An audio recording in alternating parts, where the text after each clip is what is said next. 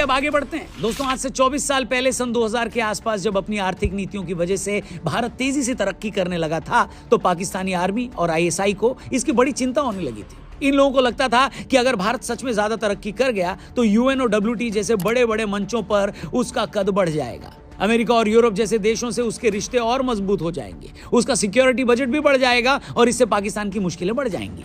यही वो वक्त था जब पाकिस्तानी खुफिया एजेंसी ने तय किया कि भारत को आगे बढ़ने से रोकने का एक ही तरीका है कि भारत के बड़े बड़े शहरों में बम धमाके करवाकर वहां का माहौल खराब किया जाए। तभी तो आप देखिए साल 2000 से लेकर 2009-10 तक लगभग हर कुछ महीने बाद दिल्ली, मुंबई, हैदराबाद, बेंगलुरु, अहमदाबाद जैसे शहरों में बम धमाके होते थे। इन धमाकों के जरिए पाकिस्तान ये कोशिश कर रहा था कि भारत को असुरक्षित देश के तौर पर दुनिया में बदनाम किया जाए ताकि बड़ी बड़ी कंपनियां भारत में इन्वेस्ट न करें और उसकी तरक्की रुक जाए। और जैसा कि मैंने कहा, इन हमलों के बाद जब भी भारत कड़ा रुख लेता तो पाकिस्तान न्यूक्लियर बम की धमकी दिखाकर ब्लैकमेल करने लगता। ये कन्वेंशनल आर्म नहीं होगी।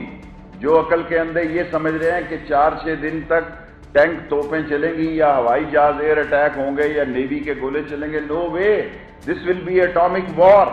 मगर जैसा कि मैंने शुरू में बताया कि पुलवामा हमले में सीआरपीएफ के 40 जवानों के मरने के बाद भारत की फॉरेन पॉलिसी हमेशा हमेशा के लिए बदल गई। 5 अप्रैल को गार्जियन में एक रिपोर्ट छपी। इस रिपोर्ट में कहा गया कि किस तरह 2019 के बाद से आज तक पाकिस्तान में 21 आतंकी मारे गए। इस रिपोर्ट में पाकिस्तान के डिप्लोमेट्स के हवाले से यह भी कहा गया कि पाकिस्तान के पास सबूत हैं इन लोगों को मरवाने के पीछे भारत की खुफिया एजेंसी रॉ का हाथ है। रॉ यूएई में अपने स्लीपर सेल्स के जरिए पाकिस्तान में हत्याओं के लिए जिहादियों को हायर करती है। पाकिस्तान के विदेश मंत्रालय का भी कहना है कि भारत ने पाकिस्तान के इस्लामाबाद और लाहौर में हत्यारों का एक नेटवर्क बना लिया है और ये लोग यूएई में मौजूद स्लीपर सेल के इशारों पर पाकिस्तान में ये हत्याएं करवा रहे हैं। कई बार मर्डर करने वाले तक को ये नहीं पता होता कि उससे ये काम कौन करवा रहा है। पाकिस्तान ने यह भी कहा कि रॉ के लोग अफगानिस्तान में ठिकाने बनाकर वहां से भी अपना काम कर रहे हैं। इस रिपोर्ट पर मारे गए लोगों की डिटेल पर अगर नजर डालें तो आपके होश उड़ जाएंगे। आप क्रोनोलॉजी समझ लीजिए। 14 अप्रैल को खबर आई कि पाकिस्तान के लाहौर में आमिर सरफराज नाम का एक लश्कर का आतंकी मारा गया। आमिर सरफराज वही शख्स था जिसने आज से तकरीबन 10 साल पहले पाकिस्तान की जेल में बंद भारतीय कैदी सरबजीत सिंह की हत्या कर दी थी। वो सरबजीत जो 20 सालों से ज्यादा वक्त से एक झूठे मामले में पाकिस्तान की जेल में बंद था। वो सरबजीत जिसकी रिहाई के लिए भारत के प्रधानमंत्री तक ने पाकिस्तान के प्रधानमंत्री से बात की थी। वो सरबजीत जिसे जेल से बाहर लाने के लिए उसकी बहन ने दिन रात एक कर रखा था और जब ये लग रहा था कि शायद वो जेल से बाहर आ जाएगा, पाकिस्तानी खुफिया एजेंसी आईएसआई के इशारे पर आमिर सरफराज ने जेल में बड़ी बेरहमी से उसकी हत्या कर दी। फिर ऐसा लगा कि शायद सरबजीत के परिवार वालों को कभी इंसाफ नहीं मिल पाएगा, मगर जैसा कि कहते हैं कि ऊपर वाले के घर देर है अंधेर नहीं। 14 तारीख की शाम जब सरफराज अपने भाई के साथ घर पर था तभी उसके घर पर डोरबेल बजती है। जैसे ही वो दरवाजा खोलने आता है तभी वो अज्ञात हमलावर गोली मारकर उसके लिए जहन्नुम का दरवाजा खोल देता है। मोटरसाइकिल पर आए हमलावर उसे भैंसे के पीछे रस्सी से बांधकर दूसरी दुनिया में विदा कर देते हैं। इससे पहले पिछले साल नवंबर में पाकिस्तान के कराची में धार्मिक नेता मौलाना रहीमुल्लाह की भी औरंगी टाउन इलाके में अज्ञात लोगों ने गोली मारकर हत्या कर दी। वो लगातार भारत के खिलाफ तकरीरें करता था, मगर उसे मारने आए अज्ञात हमलावर ने उसे मारने से पहले उसे कोई तकरीर नहीं सुनाई और सीधा गोली मार दी। इसी तरह नवंबर महीने में अकरम खान और ख्वाजा शाहिद नाम के 2 आतंकी भी पाकिस्तान में मारे गए।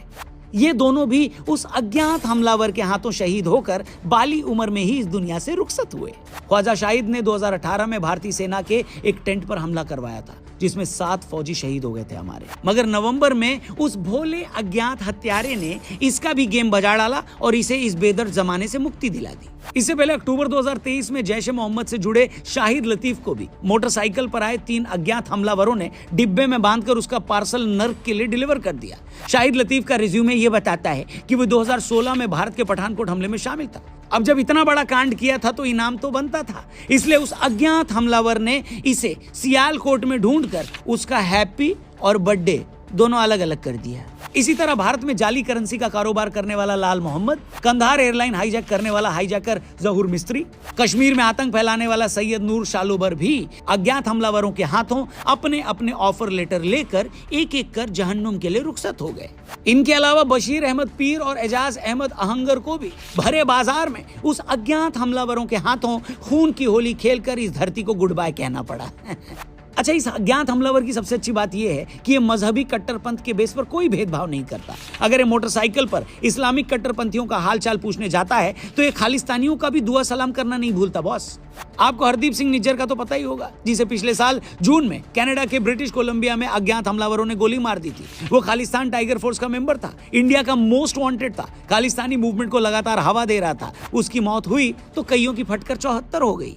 हरदीप सिंह निज्जर की डोली उठने से पहले पिछले साल 6 मई को पाकिस्तान के लाहौर में गुमनाम कातिलों ने खालिस्तान कमांडो फोर्स के चीफ परमजीत सिंह पंजवाड़ को गोली मारकर इस गंदी जिंदगी से उसे भी आजादी दिला दी। वो कट्टर खालिस्तानी था, लंबे समय से पाकिस्तान में छिपा था, फिर पता नहीं किसने उसका पता लगाया और फिर उसका टिकट काटकर ठंडी हवा खाने उसे ऊपर भेज दिया। The killing of a Canadian citizen on Canadian soil is something that we all should take extremely seriously. हो सकता है बहुत से लोग ये सोचें कि क्या किसी दूसरे देश में यूं घुसकर लोगों की हत्याएं करवाना ठीक है क्या? तो इसके 2 जवाब हैं बॉस। पहला तो ये कि भारत ने कभी कहा ही नहीं कि ये हत्याएं हम करवा रहे हैं, और दूसरा जवाब ये, और भारत क्या, कोई भी देश कभी ये नहीं कहता कि वो दूसरे देश में घुसकर अपने दुश्मनों की हत्या करवाता है। अब आप कुछ एग्जांपल देखिए। रशिया के एक सुरक्षा अधिकारी थे अलेक्जेंडर लिट्विनेंको। लिट्विनेंको बाद में भागकर ब्रिटेन चले गए और वहां जाकर वो रूसी सरकार को काफी क्रिटिसाइज करने लगे। धीरे धीरे रूसी सरकार को वो अपने लिए खतरा लगने लगे। फिर साल 2006 में वो एक दिन अचानक बीमार पड़ गए और फिर उनकी मौत हो गई। ब्रिटिश सरकार ने जांच कराई तो पता लगा कि रूस के 2 एजेंटों ने लिट्विनेंको को रेडियो एक्टिव पोलोनियम 210 देकर उनकी हत्या कर दी थी। मगर यह हत्या इतने गुपचुप तरीके से की गई और ऐसे की गई कि लंबे टाइम तक तो ये पता भी नहीं चला कि लिट्विनेंको की मौत हुई कैसे। यहाँ हम ये नहीं कह रहे हैं कि अपने ही फॉर्मर सुरक्षा अधिकारी को मरवाना ठीक था या गलत। हम बस ये बता रहे हैं कि अगर सरकारों को अपने ही लोग अपनी सिक्योरिटी के लिए थ्रेट लगने लगते हैं तो वो दूसरे देशों में घुसकर उनकी जान तक ले लेती है। तो यहाँ तो दूसरे देश के नागरिक को मरवाना तो आम बात है। इसी तरह इजराइल ने म्यूनिक ओलंपिक में इजरायली खिलाड़ियों की हत्या में शामिल फिलिस्तीन के एक आतंकी को दुनिया के कोने कोने में ढूंढकर मार डाला था। अभी कुछ दिन पहले इजराइल ने सीरिया में ईरान के अधिकारी की हत्या कर दी थी क्योंकि उसे शक था कि वो अधिकारी इजराइल को नुकसान पहुंचा सकता था। और अमेरिका ने किस तरह 9/11 का बदला लेने के लिए अफगानिस्तान में घुसकर पहले अलकायदा के आतंकियों को तबाह किया और उसके बाद रात के अंधेरे में कैसे ओसामा बिन लादेन को पाकिस्तान के एबटाबाद में मार डाला, ये भी पूरी दुनिया ने देखा। Good evening. Tonight, I can report to the American people and to the world that the United States has conducted an operation that killed Osama bin Laden, the leader of Al-Qaeda. मतलब साफ है boss, दुनिया के किसी भी गैरतमंद देश के लिए सबसे ऊपर होती है अपने नागरिकों की सुरक्षा, अपने देश की सोवरेनिटी। और अगर उसे उस पर खतरा लगता है कि कोई उसे नुकसान पहुंचा सकता है तो वो किसी भी हद तक जाकर अपने देश और अपने देश के नागरिकों की रक्षा करता है और उसे करना चाहिए। बाकी हम ये नहीं कह रहे कि पाकिस्तान में पिछले 3 साल में जो 20 आतंकी मारे गए हैं उन्हें हमारी सरकार ने मरवाया ना, हम ऐसा बिल्कुल नहीं कह रहे। हम बस ये कह रहे हैं कि आप इतने भी नासमझ नहीं हैं कि हमारे कुछ बोलने पर ही आपको समझ में आ जाएगा। हम तो बस ये कह रहे हैं कि अगर ये अज्ञात हमलावर भैया जो भी हैं, जहां भी हैं और जितने भी हैं, वो सब लोग खुश रहें, एकदम आबाद रहें, एकदम शानदार रहें। बाकी हम इनसे ये कहना चाहते हैं कि हमारे लायक कोई सेवा हो तो हमें बता देना। आप वहां पाकिस्तान में हमारी इतनी सेवा कर रहे हो हैं, पीछे से घर पर अगर गेहूं पिसवाना हो, बच्चों को स्कूल छोड़ना लाना हो या बाजार से सब्जी लानी हो तो हमें बता देना। आपके लिए हम लोग इतना तो कर ही सकते हैं कि नहीं। आप बस वहां अपना ख्याल रखना और पीछे की चिंता हमारे लिए छोड़ देना। बस आखिर में इतना कहूंगा कि अज्ञात हमलावर भैया अभी पाकिस्तान में हाफिज सईद अंकल, दाऊद अंकल और इन जैसे 10-20 मक्कार और भी हैं। अब जब हमारी इतनी सेवा आप लोगों ने ऑलरेडी कर ही डाली है तो थोड़ी बहुत सेवा पानी इनकी भी कर देना। कसम से अगर किसी दिन ये पढ़ लिया ना कि पाकिस्तान में किसी अज्ञात हमलावर ने दाऊद को गोली मार दी तो कसम से खुशी के मारे मेरी आवाज बंद हो जानी है भाई साहब। बाकी मेरी तरह अगर आप भी इस अज्ञात हमलावर भैया को कुछ कहना चाहते हो तो कमेंट बॉक्स में हमने कोई ताला नहीं लगाया है, वो अभी भी खुला है। कमेंट करके अंकल